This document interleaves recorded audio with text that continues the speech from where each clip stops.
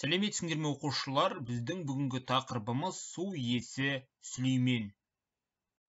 Оқу мақсаты сөйлемдегі есімдіктің қызметін түсіну, есімдікті зат есім, сын есімнің орнына қолдану.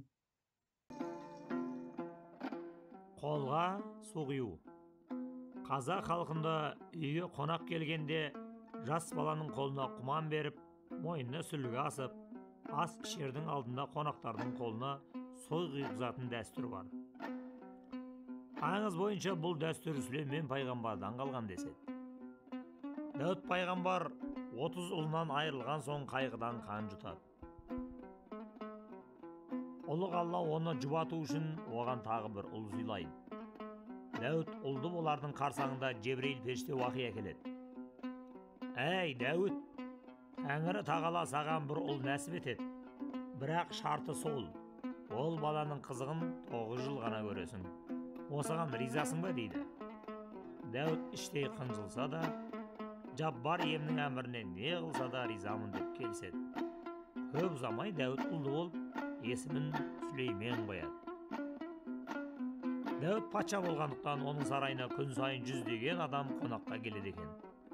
Сол кезде 7 жасар Сүлейменді бір қолына құман, бір қолына сүлгі ұстатып, сарайдың алдында қызметке қояды. Бала күні бойы кірген шыққан қонақтардың қолына су құйып, алғысын алады. Оның адал қызметіне риза болған қонақтар балаға ғұмыр жасың ұзақ болсын, Құдайдың сүйікті құлы бол айналайын, басыңнан бақ, астыңнан тақ кетпесін балақай. Әділ патша бол, екі дүниенің сырын біл, дұшпандарыңа қатал, достарыңа адал бол, ғалым бол, деп 99 түрлі тілек айтып бата береді екен. Арада 15 жыл өтеді.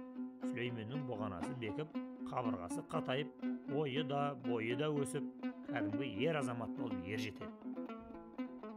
Бір күні Дәуіт ұлық Аллаға: «Ва Тәңірім, маған ұлыңның қызығын 9 жыл ғана көресің деп едің. Бұл не хикмет?» деп сұрайды. Сонда Тәңірі тағала: «Иә Дәуіт, рас айтасың.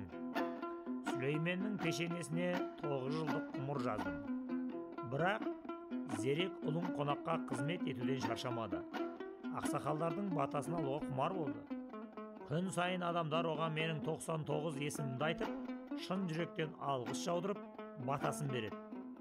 Көптің алғысымен оның ғұмыр жасы ұзарды. Менің бір есімім халық. Халықтың тілегін қабыл етпеу менің ұлықтығыма сын болар. Бүгіннен бастап Сүлейменге 99 түрлі мұғжиза берем.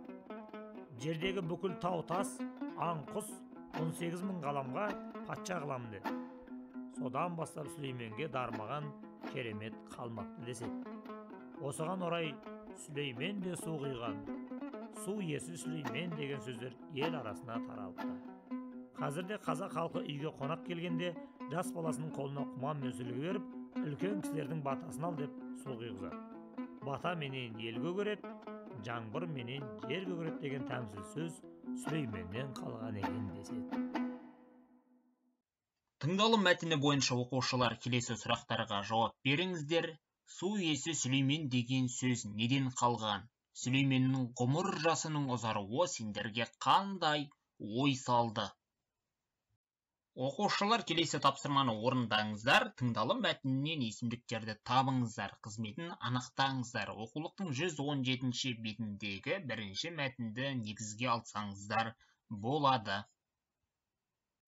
Енді оқу тапсырмасына құлақ түріңіздер. Тыңдалым мәтіні бойынша 4 сөйлем тәсілі арқылы жинақы мәтін жазыңыздар. Пікір. Тыңдалған мәтін бойынша өзіндік пікірлеріңізді бір сөйлеммен жазыңыздар. Дәлел. Өз пікірлеріңізді бір сөйлеммен дәлелдеңіздер. Мысал.